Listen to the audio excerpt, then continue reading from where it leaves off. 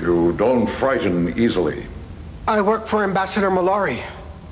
After a while, nothing bothers you. A scheming ambassador upsets the balance of power in the universe. I have billions of people calling your name. My follow-ups? Your victims. On an all-new Babylon 5. You have transmissions holding. Patch incoming signal. Full audio and video decode. Purple files accessed. What you are about to see has never been shown to anyone outside the Great Council.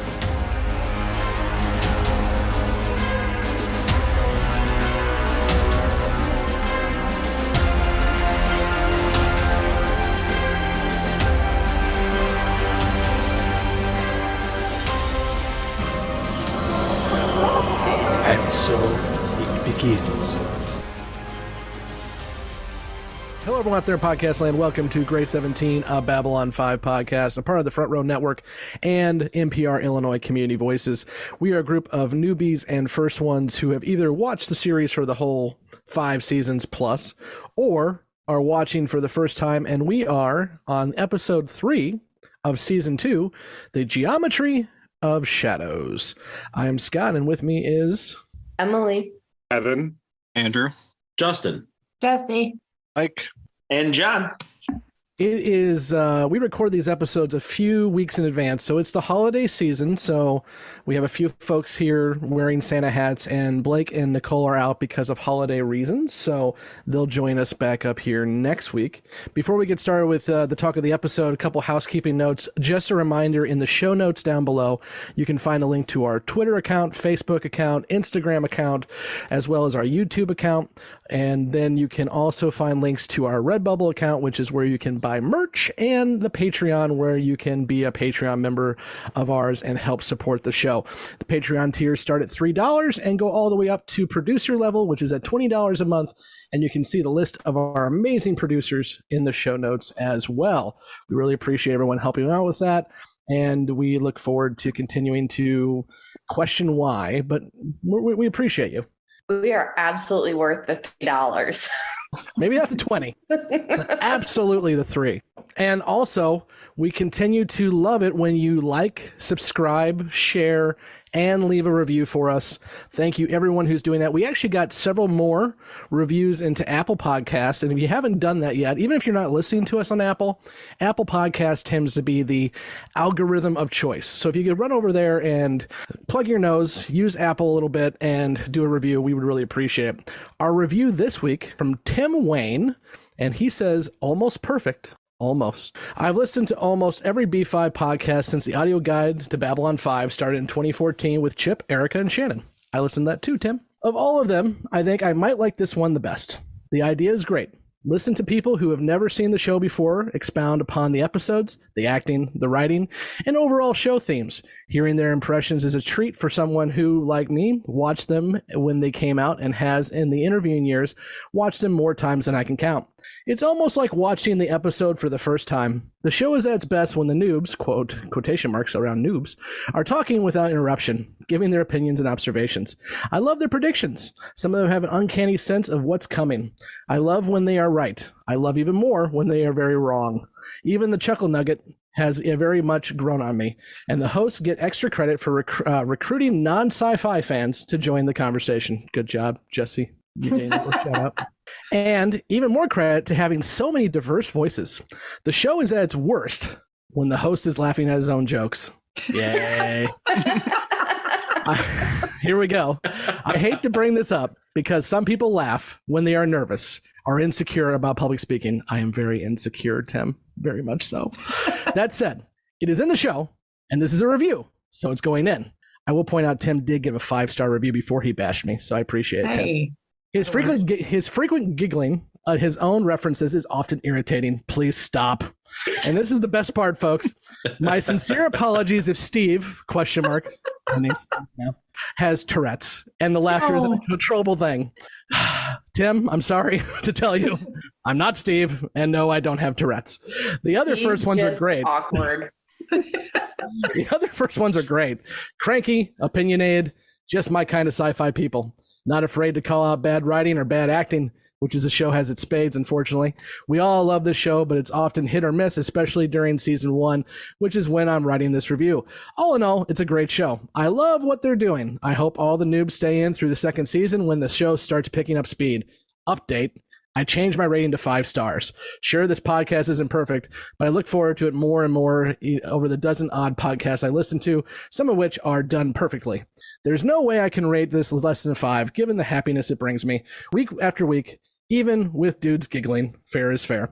Well, I'm so glad, Tim, that my Tourette's will make you happy. Enjoy. I think Tim's great. Yeah, Tim's great. Yeah. I think Let's move on to Geometry of Shadows, shall we? Episode 3 of season 2. First thing we're going to do is get the first impressions from our newbies. And we'll go with Emily first. Emily was kind of questioning if she had watched the right episode before we started recording, so hopefully she did. Emily? I did. First impressions.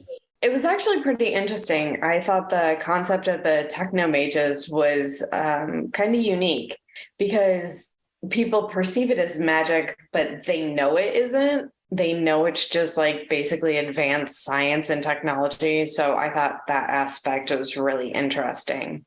And the whole Drazi system for picking leaders was not the most efficient system. I did, even though this is an audio podcast, I wore my purple in solidarity for my purple Drazi brothers who were almost spaced. Let's go to Andrew next. First impressions. Yeah, I thought this episode was overall pretty boring. The whole Drazi thing was pretty... I wasn't really a big fan of that.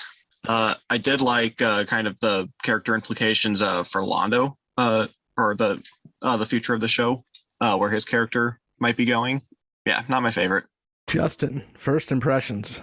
If we're going to judge this in terms of like hits and misses, to me, I'll probably put it in the miss column with an asterisk, kind of like what I think should be done with Barry Bonds' home run records. I think it was okay. Some things I like. The only thing I got out of it was some of my favorite thing, which is steaming piles of foreshadowing that we'll get to later on. But the whole Drazi thing was just like, oh, look, it's American politics in 2022. Overall, it was okay. I think probably some things that happen here may end up becoming a little bit more important later, but we'll see. I want it to be noted that it took 3 newbies before they made the reference that green and purple Drazi are like Americans dealing with politics right now, which is really depressing and really true. Jessi, what do you got? Nobody can talk about how Commander Ivanova is now in charge. Like, that was the coolest thing to me through the episode. It wasn't my favorite. It was fine. What I always say, I didn't hate it, but it was just not. I mean, the Drazis are really fucking ugly. And as soon as they came on the show, I was like, oh, here we go with these ugly motherfuckers again. But other than that, it was fine. And didn't love it, didn't hate it. I'd probably rate it like a 4 or 5 out of 10. Well, Merry Christmas, everybody. Happy holidays too. Merry Christmas, you filthy animal. Yeah. John, you're up. So I actually liked this episode. I mean, it wasn't, an all-timer. It's not signs and portents, but it's no surprise or shock that Londo is my favorite character, and it was a fairly heavy Londo-centric episode. So much to Andrew's point, I really enjoyed his character arc. I'm not a huge fan of where it's going because I'm concerned about him selling his soul for some power, but I enjoyed seeing it. Veer is, just every time he shows up now, it's A+.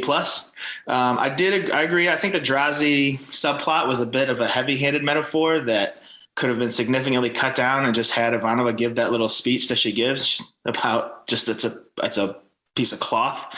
We could have probably halved that. But I also enjoyed the Techno-Mages, knowing, like Emily had mentioned, that, it's not magic, but, when he talks about it, there is a bit of magic there, that being able to have such technological advances, there is something magical in there and almost borderline religious. We think about in our current life where we've come, from when we were babies or even our parents to where we are now.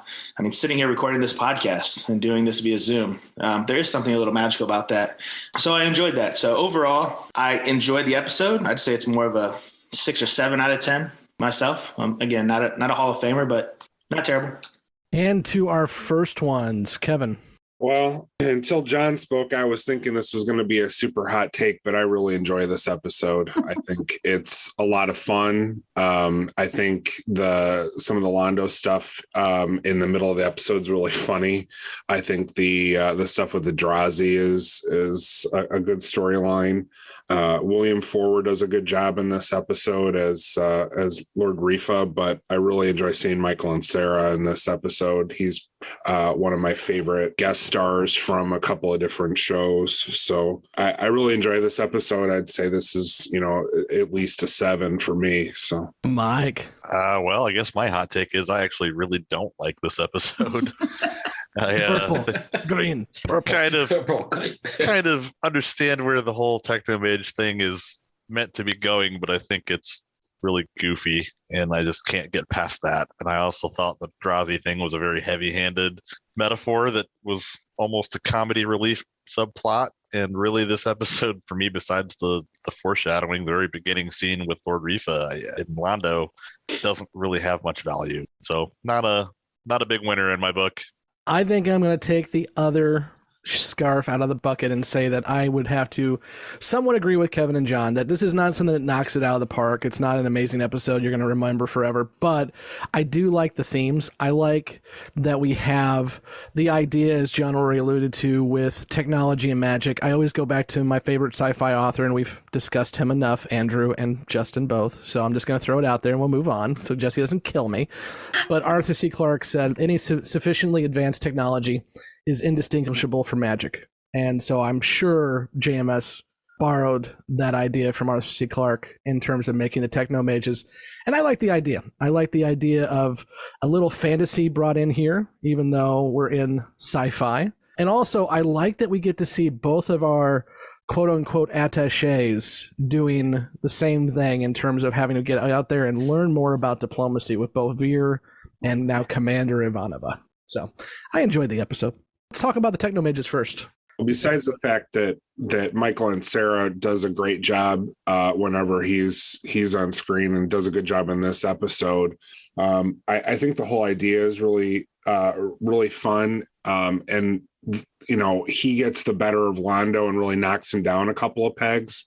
And I really thought that was very interesting because we haven't really seen that very much up until now. And it's always kind of fun when a smooth operator gets knocked down a couple of pegs. And that's not to say I don't like the Londo character. I do, but I thought especially the end where he's walking away from having to sincerely apologize, and he's got 3 creatures on his back that tear up his quarters. I thought that was really funny. Michael and Sarah is one of my favorite Klingons, that's for sure, from TOS and DS9. Mm-hmm. Dang.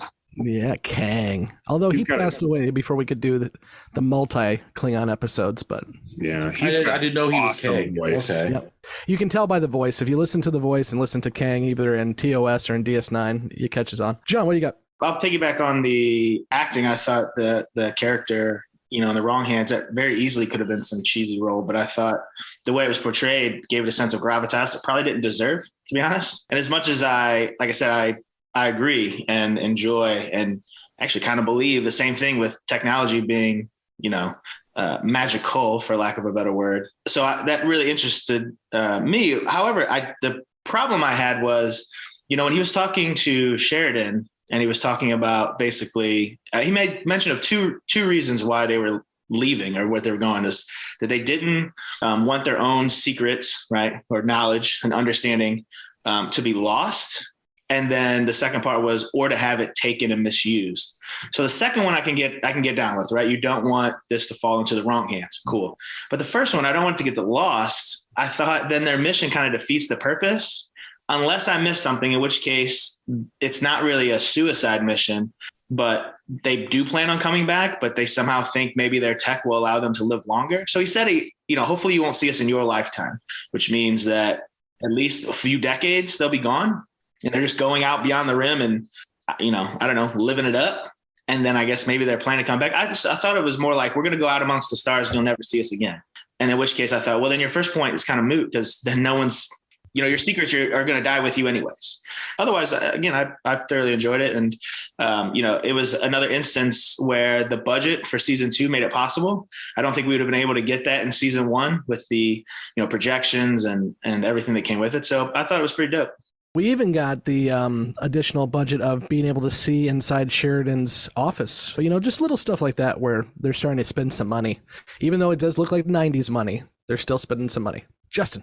I think to kind of go off of what John was talking about, he did specifically mention at one point that the reason why they're leaving is because there's dark times coming and they don't want to get caught up in it, basically. So they're going to leave until everything calms back down, and then they can come back and be involved in the galaxy again. So I just think that's another kind of foreshadowing of the dark times that are kind of coming up here within the show and everything like that. And it's to me, I think they're interesting. Like, I kind of hope we do see them again at some point, because like, to me, they come across, for the D&D fans out there, they come across as like the kind of like those mage bards who go around and perform tricks for people and stuff like that, because I thought it was kind of cool. They called themselves dreamers, shapers, singers, and makers.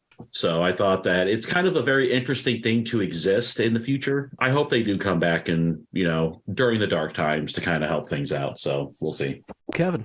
The other thing I wanted to say about this episode is that, it was interesting to see Garibaldi's recovery in this episode, have him come back into the fold. He seemed like he was in a really dark place when Sheridan went to his quarters.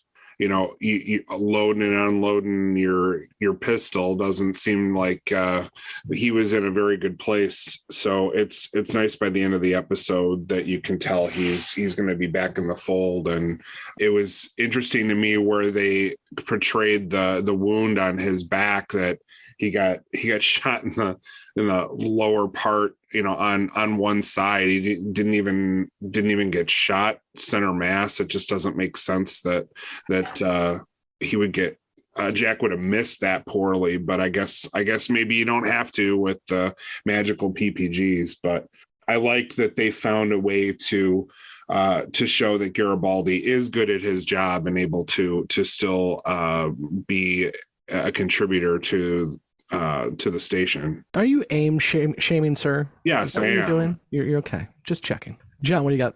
Yeah, I want to go back to the Techno-Mages real quick, so they left me with a question that I was curious what the rest of you thought about, which was, so this is another species or whatever you want to call it, that a group of beings that clearly has some sort of foresight, can see what's coming, knows about the shadow, understands the conflict that is quickly approaching. And yet their answer is to just leave and to say, well, we don't want to deal with this.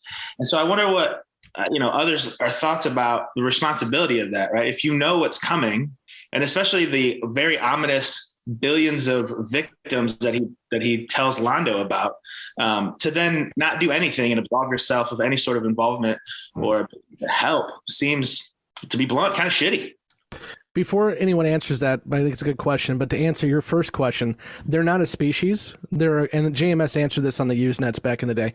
They're a group of individuals from multiple species that have learned to master technology in a way like this. So it's a guild more than a species. To John's point, that's one of the things that rubs me wrong about this episode and about the concept of the Techno-Mages. Like, I get the whole Arthur C. Clarke thing and magic and technology becoming indistinguishable. I just don't like how it's portrayed in Babylon 5. It feels really clowny that these guys go around basically pretending to be wizards in this future place. And then to John's point, it does bother me that they have, we'll say, vastly superior technological skills compared to everyone else. And that they're A, not using it to help anybody, and B, that they seem to know a lot more about what's going on in the universe than the average person. And instead of banging drums and alerting people of the coming darkness, their solution is to have a quick meeting on B5 and then bounce the beyond to come back later to whatever's left. And likewise, they kind of double down on that foresight thing with that ending scene between Elric and Londo, where he basically says, yeah, your future's going to suck. You're going to be a shitty dude. Good luck with that. And then that's it. And so it does bug me. And then again, I think that's a big reason why I have an issue with this episode and with the mages and that whole presentation. So I got something I want to add to that, Mike, but I got to talk to you and Kevin once the newbies leave. So Justin, sorry, go ahead. I just think, to me, I guess maybe the reason why they don't really say anything is, I mean, if a birthday clown came up to you on the street and said the end is nigh, would you believe him? And I think that's maybe that's kind of because they are highly advanced. Maybe a whole lot of people don't know the fact that they are kind of maybe clairvoyant in a way. But if all they do is, parlor trick imagery and stuff like that, like everybody knows it's all technology based. Everybody knows it's not really magic. Maybe people just aren't going to take him seriously. I don't know. Well, and I think that's another big reason why I have a problem, not with the idea of what they're trying to get across conceptually, but with how it's presented with B5 and the dudes pretending to be wizards. Because it's like, okay, like you could impress anybody with your technology if you just came out and we're straight with it. Like people basically seem to know what the mages are, but then they come around and they act like circus clowns. Like you just said it, they act all clowny by doing stuff like, I cast a spell of bit decompression on you. Like it's ridiculous. Like they could be straight with people and actually have respect, be taken seriously. He said to Londo, I could tell you, but you wouldn't change. So I'm guessing that plays a big part in it. Like, I don't know, anybody that's ever worked with people, like you can tell them all day long the way to go, but that doesn't mean that they're going to take your advice and change their ways. So that may be true, but it's like, okay, well, I could help you try to kick your drug habit, but I know you're not going to, so I'm just not going to try. Does that? Okay, but if you do it, sure. But if you do it 17 times, you're going to continue to do it the 18th, 19th, 20th. If you're a substance abuse counselor, absolutely. Right. But a normal person may or may not. And maybe they've tried before. I've never seen this show before. So I don't know if you know, but I don't know how this ends. That's a fair point, but we're talking about technology here. And I think if they, sure. I feel like they would be able to prove their point to somebody to be taken seriously. It seems pretty clear they're worried about their powers being misused. So that seems to be why at least 50% of why they're going away. I still want to figure out what birthday clowns Justin sees that has holographic monsters, because I've never seen that kind of birthday party, but it sounds kind of badass. Well, and I think that's how Kosh is, isn't it? Like Kosh killed a whole person because she was going to go somewhere and tell somebody something. And this was like 18 episodes ago. I don't even remember who it was or what it was. Deathwalker. Yeah. But like Kosh, that's how Kosh is. Kosh is like, I know a lot about a lot and I'm not going to help you, but I'll just kill somebody. Like, well, so I guess to your point, then to me, the Techno-Mages are more like Kosh in this regard, and they should have the technology and the ability to not try to convince anybody, but just take action and make them see the truth, I don't know what truth they're trying to hide, because it was very vague, right? Like it was like, oh, I know stuff about things. I know things. Like I drink a lot and I know things. Like, I'm sorry. It's true. Like, so what are we hiding? Like, you're just going to go off and maybe they are doing, I don't know. I don't know what they're doing. I was completely confused most of the time when they were talking. So I'll tell you what they're not doing. They're not warning anyone about the shadow threat that they clearly know is coming. They're not saying anything. That's my point. Londo, mm-hmm. Shit. They told somebody, okay? At the very least, and that literally is the very least, you could just broadcast that message to anyone who wants to listen. Hey, look, before we bounce, check it out. Here's what's coming. Do with that what you want. That's literally the least you could do. So if you do something, you're bad. And if you do nothing, you're bad. So what would you like to happen? Yeah, doing something is good. Doing something is helping out the billions of Londo's victims that are. But that's not how you felt. And sorry, Emily, I don't care what you have to say. Let's talk about that. Because I was wondering if he knew about when he had like 10,000 Narn killed. Were we talking about those victims? Yeah. I don't know. pretty big black mark on my dude Londo, and I'm not really happy to deal with the devil. And this episode seems to have him doubling down on that shit. It's making me very concernicus for my ability to remain a fan as we keep moving. This is absolutely the first time where we've seen Londo, before Londo has told us to the camera that he doesn't care about himself, he cares about his people, and he wants the Empire to come back. Now Londo cares about himself, and he wants to be a part of it. We saw that with Lord Rifa today. So, Emily, you had your hand up quietly for some time now. Yeah, I've actually been wondering if they didn't warn anyone because it would cause a panic. I mean, you tell if you try to announce this, you have all these separate groups that are already struggling to get along. And then you tell them this other shadowy group is coming and that they're going to start some shit. Like, are any of these groups going to act rationally? Or are they all going to panic, freak out, and then it somehow is worse?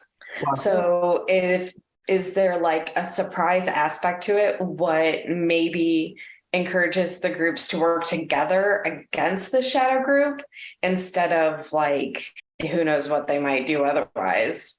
I'm just thinking that it might be, we don't know, like, or at least for us new ones, we don't know the information that these mages have. So this might be the better option. It might be a shit option, but it might be the better of the shit.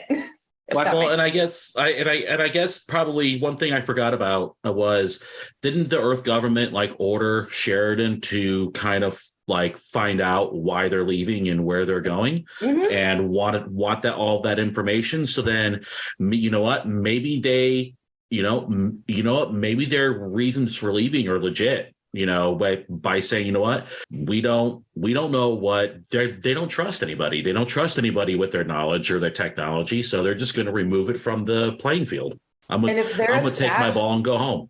And if they're that far advanced and they're afraid of this group coming in, I don't know. I feel like that alone should have been quite a big signal. Like, without announcing anything and causing a panic, like, hey, they're really technologically advanced and they're hauling ass out of here. Maybe we should try to figure out what's happening. So Mike and I seem to be the only one who thinks there's a responsibility that comes with knowledge. Well, now does Londo hold a responsibility because he was warned? Yes, and unfortunately, he seems like a super dick right now, and he's only worried about himself. He's probably not going to share the fact that he's going to have billions of victims. Yes, Did he say billions? Because I didn't hear billions. He did say billions. He said, I hear billions of people, your victims. And what's shitty is Londo got another one. And, my followers? Like, come on, man. Don't do this to me. Like, do not turn away from the awesome guy that you were and be this egotistical, power-hungry dick. Was he awesome? That's a question. Yes, he was awesome. That's the downside of having 6 penises. Right.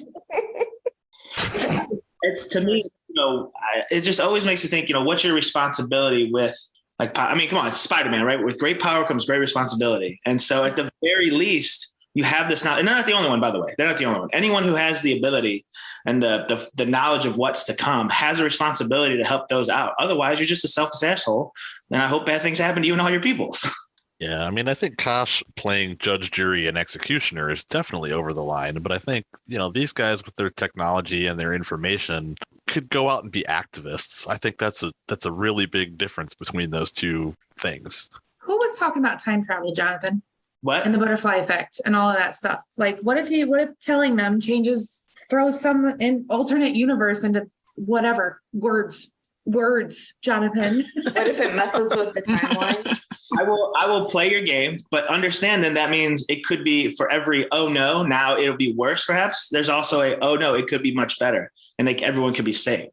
So again, it's the gamble I suppose you take in anything. And not to mention, we've mentioned that this is the holiday season, and this is like the exact opposite of the Christmas Carol. They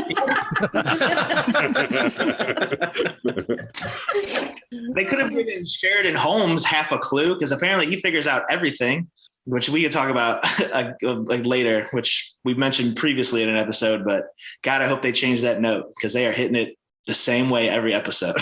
That's JM. I don't know. I can't speak on the whole thing, because again, I haven't seen it, but that seems to be JMS's go-to. Like he, you know what I mean? Like, the hero has to know everything and he's going to save the day every single freaking time. Like, let somebody else step in for a second. I'll tell you who's the real hero. And he came back with a flourish unlike any other. And that's my dude coming in hot with the cake and waiting for Garibaldi to come back. My man sat on cake for 2 days. That's willpower, the likes of which the rest of these characters have no clue. Blue Welch, the hero we need and the hero we deserve. Amen. Anything else on the Techno-Mages and or Londo? I will point out with, because you guys also mentioned Garibaldi, I think it's important to note, I mean, Jessi, you were just saying how the hero has to know everything.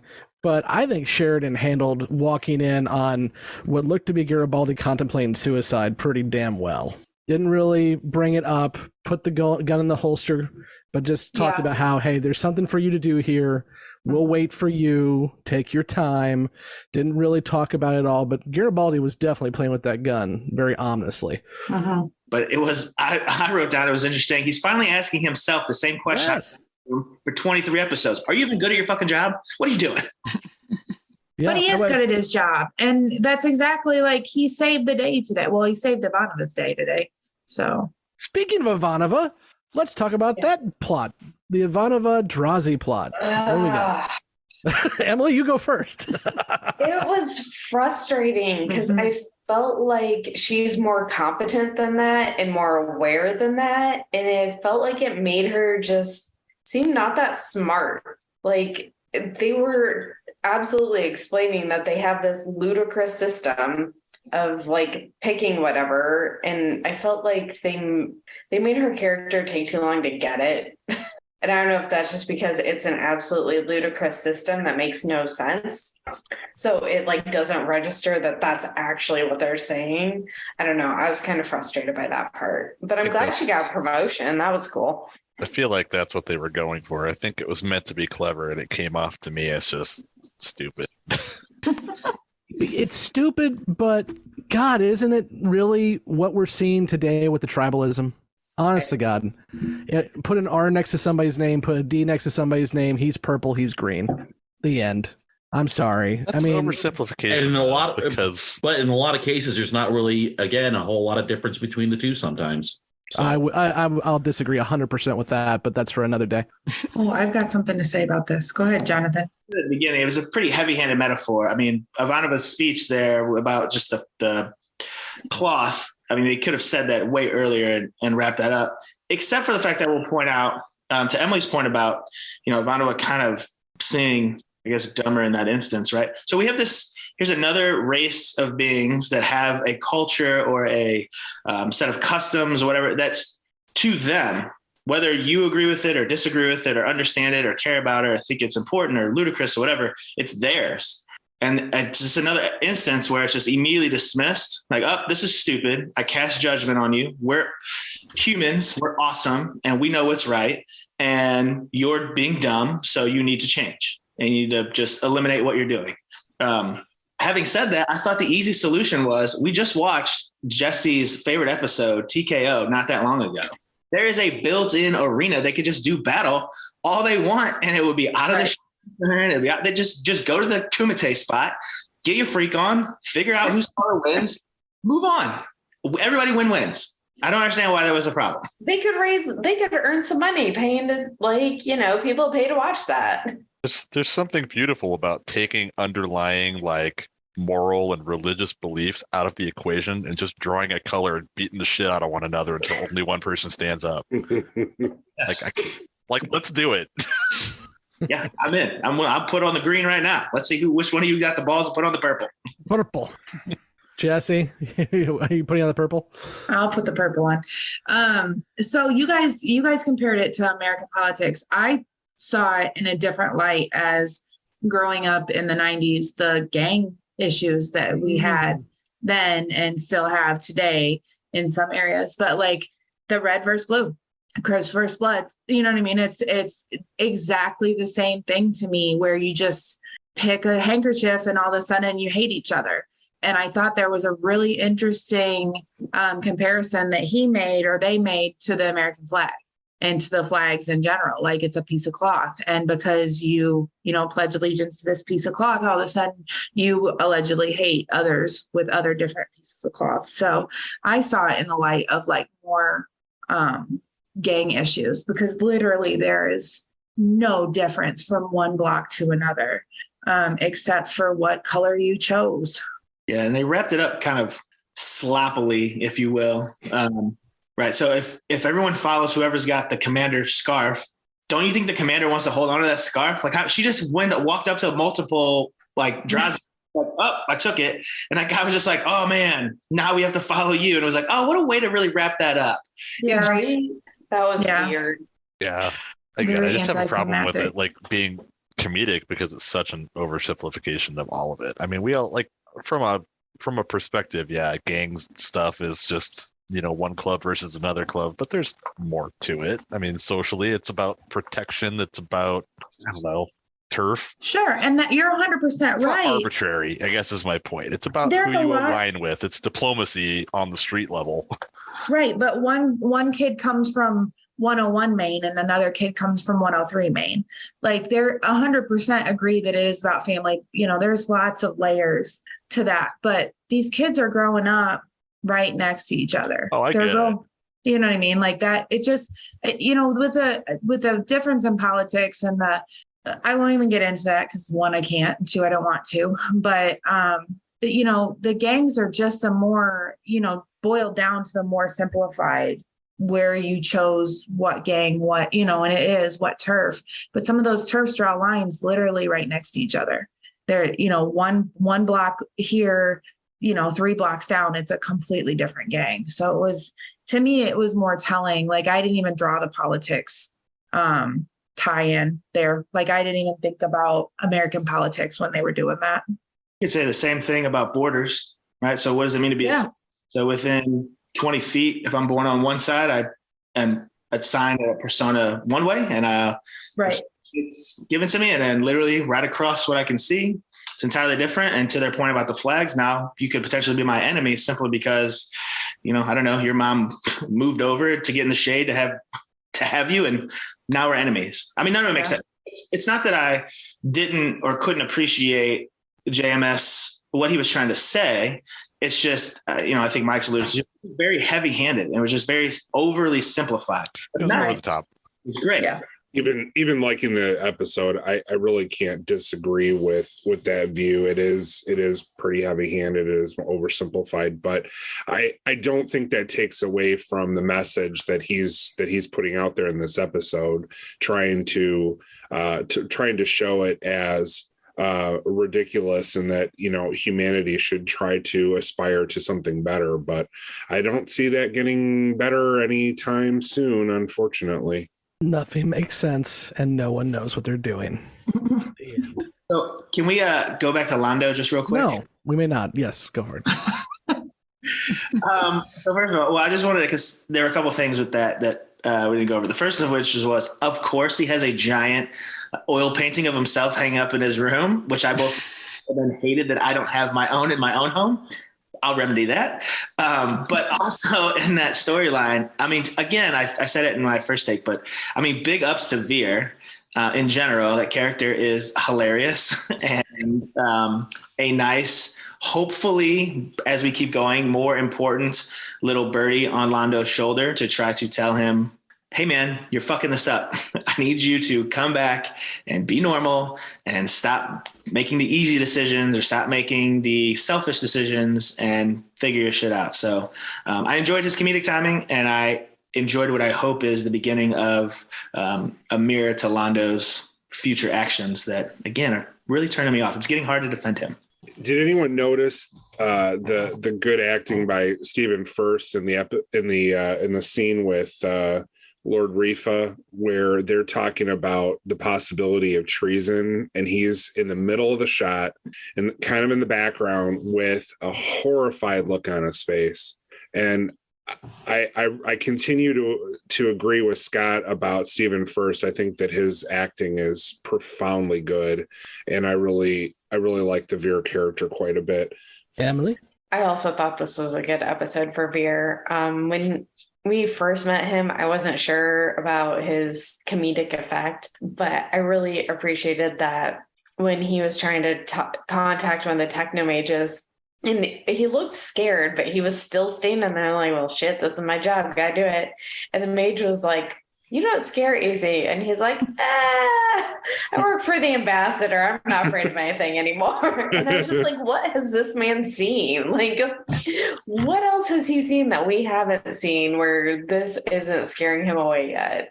So yeah, I did think it was a good episode for Veer as well. That's why I thought the comedic value of this episode was really good. I mean, there's a couple of different aspects of the episode that are really funny, and that's definitely one of them. The amount of revenge that the Techno-Mage gets on Londo is very funny.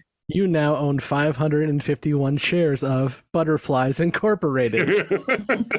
On second thought, let's go talk to the Techno-Mages. Surprised you haven't brought it up yet, Scott. But so in the first interaction between the Drazi and Ivanova, I was going to bring it up next episode.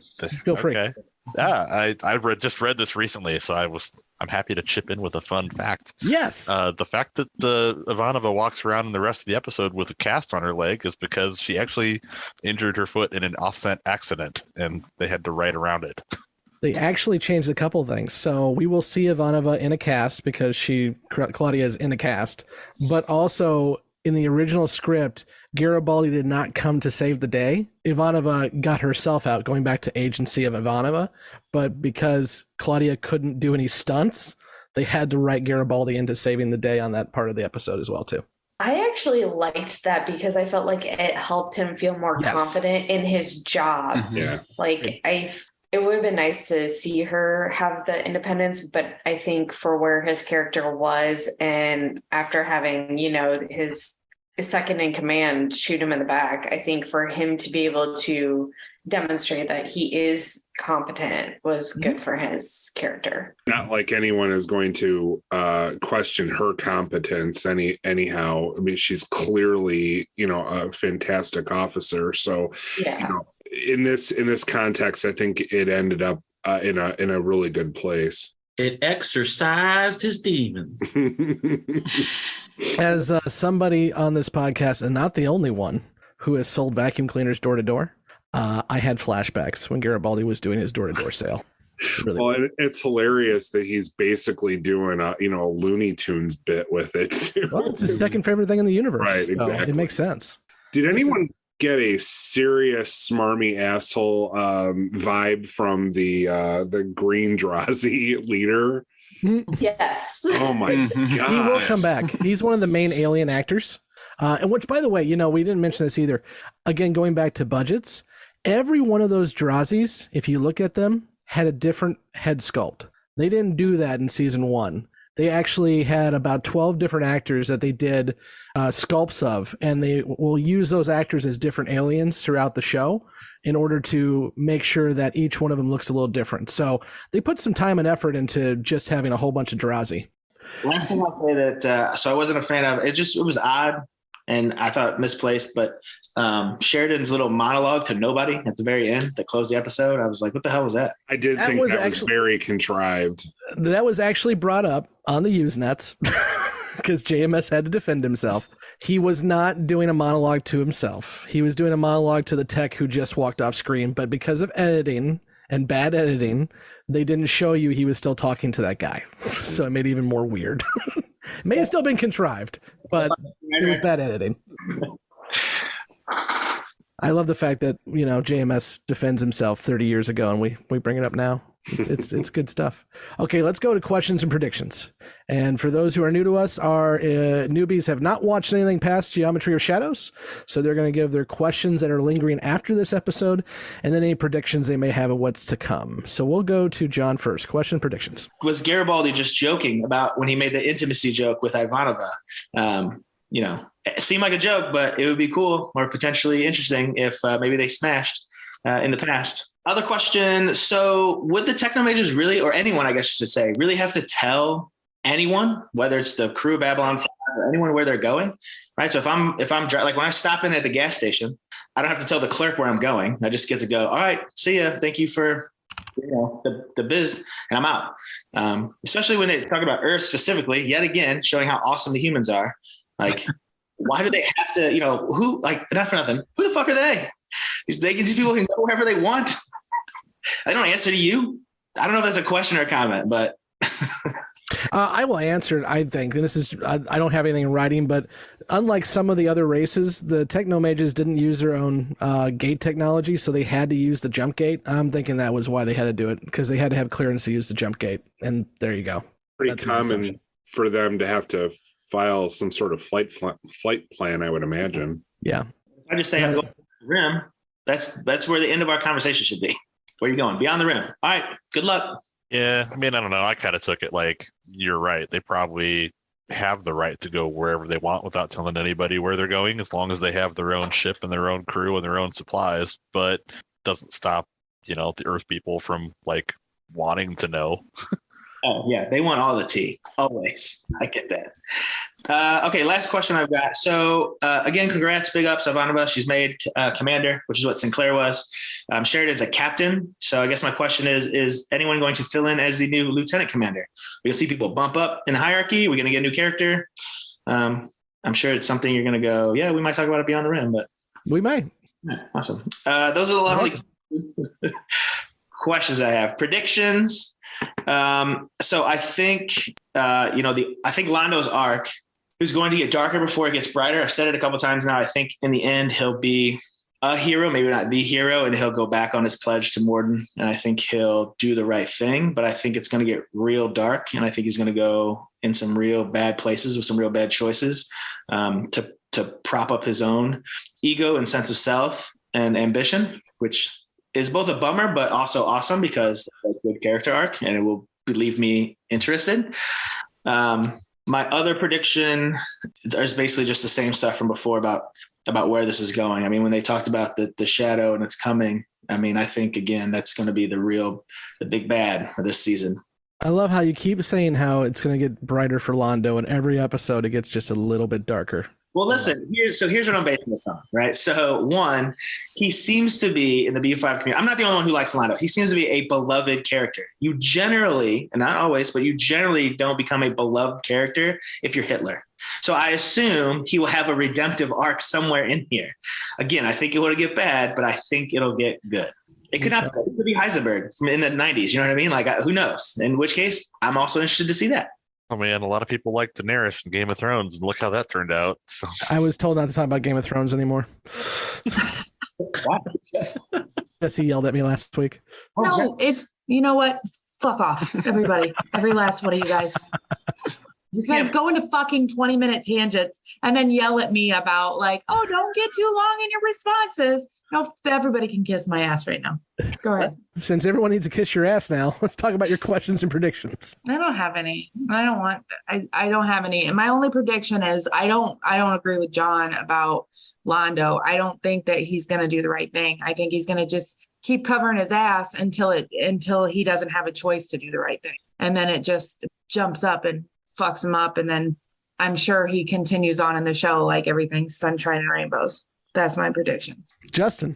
I mean, I'm torn on Londo, to be honest. I think he'll probably come back and I think, quote unquote, do the right thing, or kind of realize, because it's not the first time in body language and facial expressions that you've seen he's starting to, I think, regret his choices. And I hope that maybe he'll come do the right thing. He kind of turn his back on the shadow people, or the Zaha Doomies, as I'm calling them in my notes. And then lastly, I apologize, Jessi, one last dig at Scott. Arthur C. Clarke stole it from H.G. Wells. Drop the mic. Not really, but sure. Okay. Truly didn't, but fine. Sigh. Okay, Andrew, tell us about how 2001's a good movie while you're at it, since Justin's already picking at people. It is a good movie, but for my prediction, I kind of want to sort of meet in the middle between John and Jessi. I feel like it'll get to a point where those 2 billion people, or whatever the number was, they'll all be killed, and then only then will Londo see like, oh shit, I fucked up, and then kind of try to reconcile for it. But of course, 2 billion people, by then it'll be too late. And then another prediction is that the Techno-Mages will return, not because they want to, but because they have to. Emily, questions, predictions. Yeah, this falls under a question. So when I was trying to rewatch season 1, I noticed that Londo narrated The Gathering, the very first one. And I'm wondering if this story is like him telling the story of what happened and how like his actions led to whatever this great war is, and maybe his actions are doing more to set the stage for this coming war. That, I mean, we know it's coming. We've been told in various different ways. And I'm just wondering if his actions are doing more to set those events in place than maybe the other characters. I don't know if now this was the episode we were allowed to, but I finally watched the intro for the first time. Yeah. And that line there at the end is like the last Babylon station ever. Not great. Not great. I think going back to what Emily said in The Gathering, Londo said it was the last of the Babylon stations as well, too. Yeah. Doesn't bode well for the series finale. I will say the reason why we were asked you guys not to watch the opening credits. Now, HBO Max did fine, but the DVDs did not. And the DVDs showed Delenn with her hair right before every episode, when that was not the case when it originally aired. When it originally aired, it showed what HBO Max shows. And then also, by the way, next week, you will see on the HBO Max that it is Commander Ivanova, not Lieutenant Commander Ivanova. So they do update the credits as they go throughout here now, too. Okay, let's go ahead and wrap it up there. We will let our newbies go, and we will then answer their questions, predictions beyond the rim with Kevin, Mike, and I. We will be here next week to talk A Distant Star. And please remember to like, subscribe, and share, and hit the notify button if you're listening on YouTube, and leave us a review, because that really does help us. Even if you're diagnosing me of diseases, you can definitely still leave a review. Tim, I love you, even though you're of questionable knowledge, but it's okay. I still love you. He gave us 5 stars. That's all that matters. He actually had to go back and give us 5 stars, so I do appreciate that. He can insult us all day long if you give us 5 stars. Whoever would like to diagnose any other mental disabilities that any of the cast may have, feel free to leave us a review on Apple. That's a whole episode by itself. Right. So until next week, when we talk A Distant Star, I have been Scott, and with me, as always, has been Emily, Kevin, Andrew, Justin, Jessi, Mike, the Chuckle Nugget, the Up Chuckle Nugget, your boy, John. Your boy.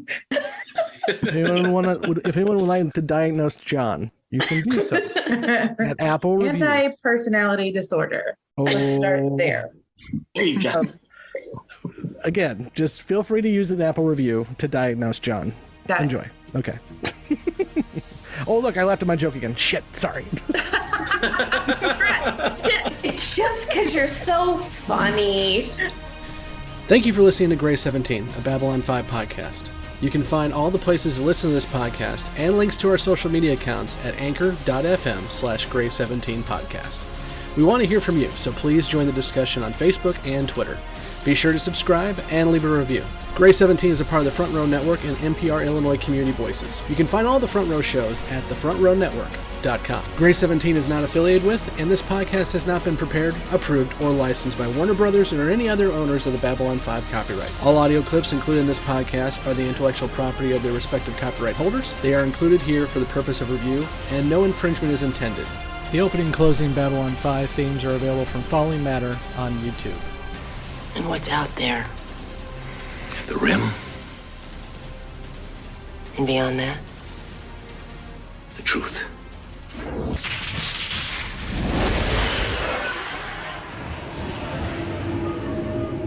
Welcome back to Beyond the Rim. I am here with Kevin and Mike to talk about all the questions and predictions our newbies had after Geometry of Shadows, which, as you heard, they didn't have too many, but we're going to dive into them real quick here.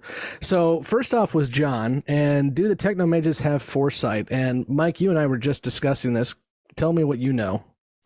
So for what I was able to gather, because I did a little bit of offline research in the wikis, and I don't know if this comes from books as a source or what, but the explanation given that I found is that the original Techno-Mages, which were not called Techno-Mages, but they were shadow technology augmented beings. And so I guess the TLDR is that basically the shadows created what would eventually become Techno-Mages. And that makes perfect sense. I mean, we know the Vorlons and shadows have played around on almost all the races, so that makes perfect sense. Yeah, but they were meant to be like agents of chaos that would go forth and just sow calamity in it before the shadows came and swept it away. Which is why they want to get the hell out of Dodge before the shadows start trying to utilize them. Yeah, and I think the story goes that the original intent or the original group that was created rebelled, and then they went on and formed the order of the Techno-Mages that kind of became a Knights Templar sort of deal. Yeah. Well, and I still don't think they have foresight per se, but I think they have more knowledge based on just they are more in tune with what's going on across the galaxy, and they know that there's shadow tech out there because they probably come across it, and so they also probably know that there are shadows around. I mean, we will find out in next season, or maybe this season, I can't remember now, we will find out that with a little bit of fine tuning to your cameras, you can pick up shadows. So I wouldn't doubt if the Techno-Mages know that the shadows are even on Babylon 5 right now, because Mr. Morden's still around kicking. So yeah, that part definitely does check out. The thing that I guess throws me for a little bit of a loop, and others picked on it as well, is was it Elric? Was that his name? Yes. But his conversation with Londo and his prediction for what trajectory Londo's future is going seemed a little on the nose to be a guess, and that to me really did imply a level of foresight, future knowledge. I'm gonna bring up another awesome sci-fi author that Justin can tell me is not as good as H.G. Wells, and that's Isaac Asimov and the Foundation series. I can almost see the Techno-Mages as using the same kind of psychohistory that the Foundationists use and Arnie Seldon use. And that is basically the idea of if you have enough math, if you have enough understanding of how societies move, you can basically math out what's going to happen next. And I can absolutely see the Techno-Mages kind of playing that game too. And yeah. I have no doubt that JMS read Foundation, since it's one of the seminal sci-fi books of all time. And perhaps they can, for lack of a better term, maybe they can sense the shadows connection to Londo if they leave shadow residue on him, or if they see shadows following him around or something, and they kind of know who he is and what he is to them. That very well could be it too. They could just see there's a shadow following behind Londo, because I wouldn't doubt that there is. So let's keep on going here. So why don't the Techno-Mages warn the galaxy about the shadows? The reason why I said I wasn't going to talk about it in the normal chat is because we kind of get the answer from Galen in Crusade, and I cannot remember when he said it because I've only seen Crusade a couple times, but absolutely he says that the Techno-Mages were basically narcissists who felt like they knew what's best for the galaxy and no one else is as smart as important as them, so they just said, I'm taking my toys and going home. And that's why Galen stuck around, because he didn't agree with them. So that's kind of the answer I got. The other thing that I'll mention about that is that it would have been bad if the Techno-Mages had warned everybody too early. That was something that came up later that particularly Jakar was conflicted about, if you can call it that, because Delenn tells him, I'm sorry, we couldn't tell you, we couldn't warn you, because if we had, the whole war may have gone very badly and we could have lost because we weren't ready yet.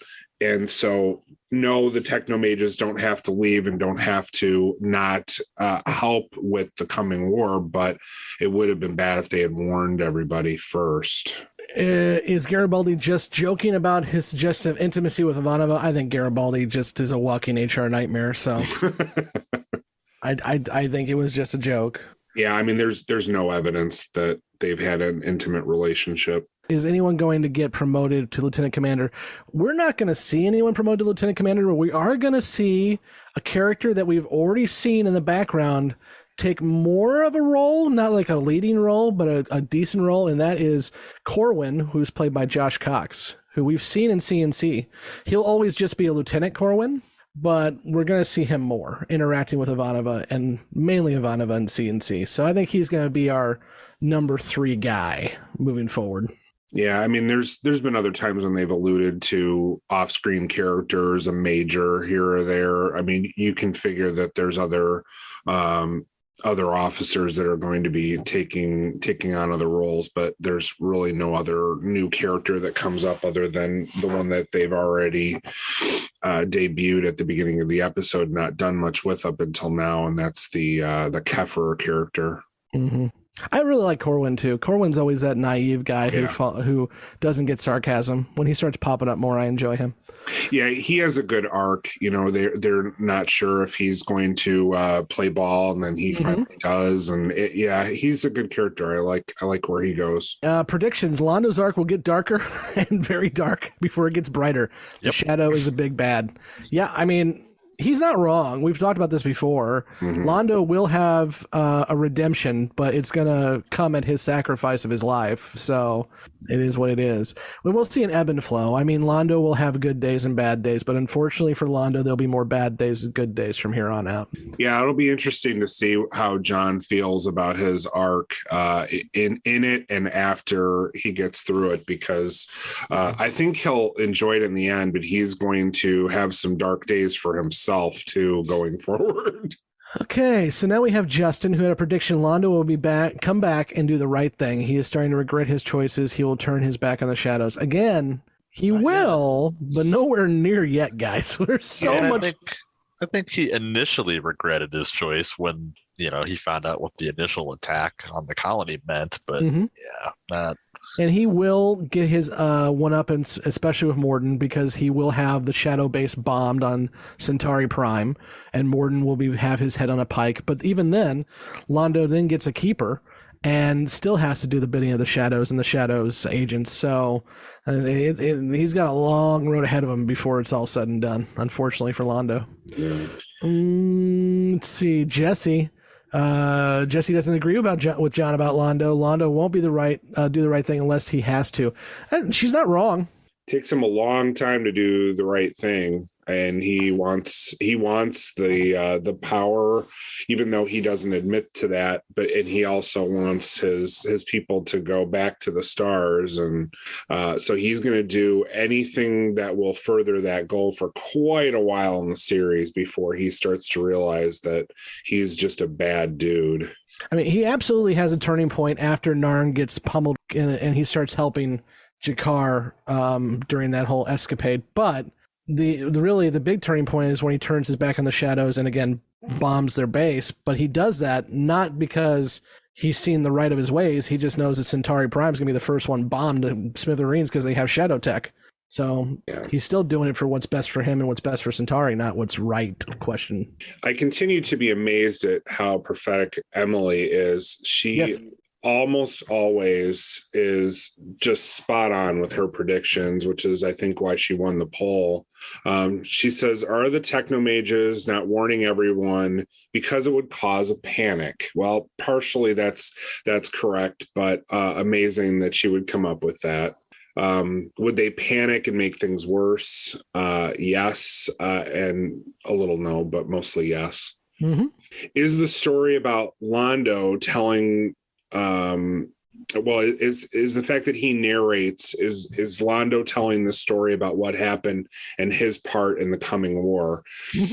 Pretty much. Yeah, and I think Mike and I both during the gathering said that this is Londo's story. Yeah. And we are watching it play out. And he will also narrate part of In the Beginning, the first, our second B5 movie. And the story that we see comes to somewhat of an end with Londo's end. Although we do know there's some other stuff that happens after Londo leaves the scene, much like David getting his own keeper. But that is all stuff that, is ancillary to the main story, which I think truly is Londo. You're absolutely right. I think there would be people who would argue that this is also Sheridan and to a lesser extent Delen's story, and they wouldn't be totally wrong in saying that. I guess it just depends on, which character you either identify with more or find more interesting. But I've always really gravitated towards the Sheridan and Delen part of the story, but I've always been such a fan of Peter Jurassic's acting and the story arc that there's really something for everybody when you watch this. Andrew says Londo will get to the point where he will see the light, but only after the worst happens. Absolutely hit the nail on the head. So his prediction is really good. And then he says the Techno-Mages will return because they will have to. I don't think we have any evidence of that whatsoever. The only other involvement from Techno-Mages that we have in the movies or series is what Scott alluded to with Galen and Crusade, I believe. Yep. Nope. The Techno-Mages were not lying. They're leaving. They're out. Yeah, we never see the Techno-Mage order again. No, and I can see, a lot of that's a trope thing from a lot of shows is, you leave the those groups in your back pocket and they swoop in at the end of the day to save everybody, which Babylon 5 absolutely does with the first ones, but right. Yeah, no, not the Techno-Mages. We'll talk again next week when we get to A Distant Star, but until then, again, just a reminder to like, share, subscribe, leave a review, and check out our social media pages as well as our Patreon and our Redbubble for merch if you can do that as well too. It helps the show grow. I'm Scott, and with me has been Kevin and Mike, and we'll talk to you next week. Bye. Well, howdy do, sir. I'm looking for the lady of the house, assuming you're not the lady of the house. Anyway, I'm here to sell you something to make your life easier, cleaner, and all around happier. Yes, sir, the Acme Handy Dandy Micro Helper, right here in this box. Green. Purple.